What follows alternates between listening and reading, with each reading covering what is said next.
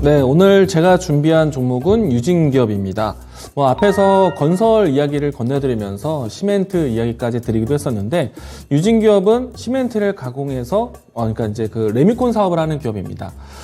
국내 지금 레미콘과 건자재 유통의 1위 기업이기도 하고요. 때문에 앞으로 건설 경기가 좋아진다면은 레미콘 사업부도 당연히 좋아진다라고 보시면 좋을 것 같습니다. 대신에 이제 레미콘 기업들 같은 경우에는 산업의 특징이 있는데요. 우리가 이제 건설 현장에서 이 레미콘 사업 같은 경우에는 우리 레미콘 차량 같은 경우에는 뒷부분에 동그란 부분들이 계속 돌아가고 있죠. 이 내용은 이 안에 있는 부속물들을 계속 섞어주면서 굳어지지 않게 막아주는 거거든요. 근데 이제 그렇기 때문에 건설 현장과 멀리 떨어져 있지 않은 상태에서 신선한 시멘트를 공급해야 되는 그런 지리적 위치가 중요하다고 할 수 있겠습니다.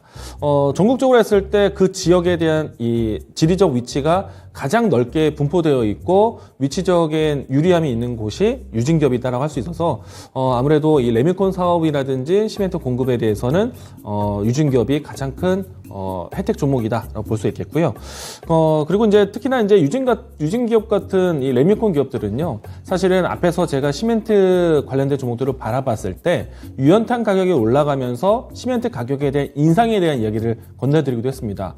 그런데 레미콘 기업들 같은 경우에는 시멘트 가격이 오르는 것이 사실은 반사적인 이익을 받지 못하거든요.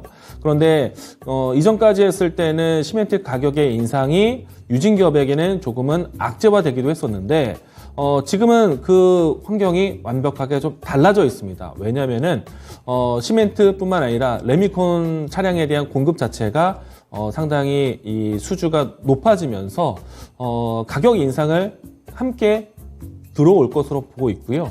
그리고 이미 지난해에 운송비에 대한 이 물류 대란과 같은 운송비에 대한 부분들이 높아지면서 가격 인상을 이미 진행을 한 상태에 있습니다. 이 때문에 유진기업은 꾸준하게 실적 성장에 대한 기대감을 올해도 받아오지 않을까라고 생각이 되고 있고요.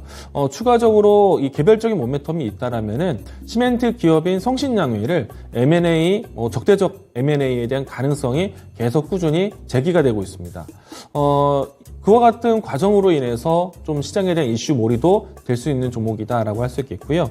우선은 이 종목 같은 경우에는 주가의 흐름 자체가 가격적으로 했을 때 4,800원 라인대를 계속 지지해주고 있는 모습이 있고요.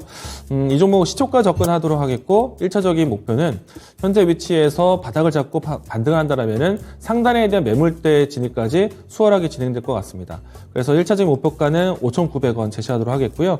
손절 라인대는 4,450원 제시하도록 하겠습니다.